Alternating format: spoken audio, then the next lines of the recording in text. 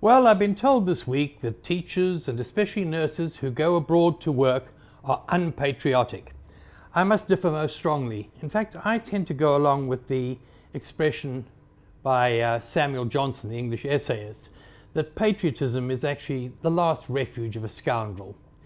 I mean, what it really means is that you support your country right or wrong. The Spanish fascists used to say pro patria o muerte, for fatherland or death. I think it's a terribly wrong thing that no thinking person should go along with. So therefore, on that basis, I would classify myself as a proudly unpatriotic South African. I understand, however, why teachers and nurses go abroad to work, and also the benefits that it often brings to this country. I personally know of two cases, in my own experience.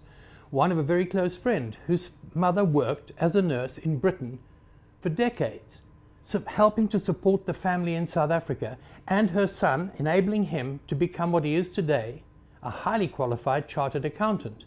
In the other case, the person involved, again, whose mother worked in Britain for years, became one of the leading media personalities in the country.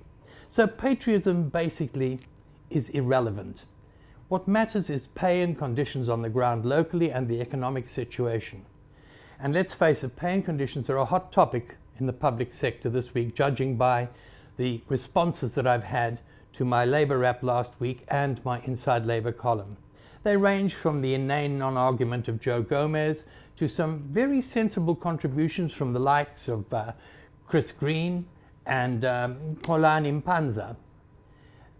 Also heard from the paramedics through a person called Petrus, who doesn't want to give his surname, who asked me to come and examine paramedic conditions and their low pay, these vital servants of the public, which is something I think should be done. But there was also a recurrent theme throughout the responses, and that was why I had not compared the pay and conditions of ministers, deputy ministers, MECs, etc., national and provincial government. Well, I didn't because they are not part of that bargaining process.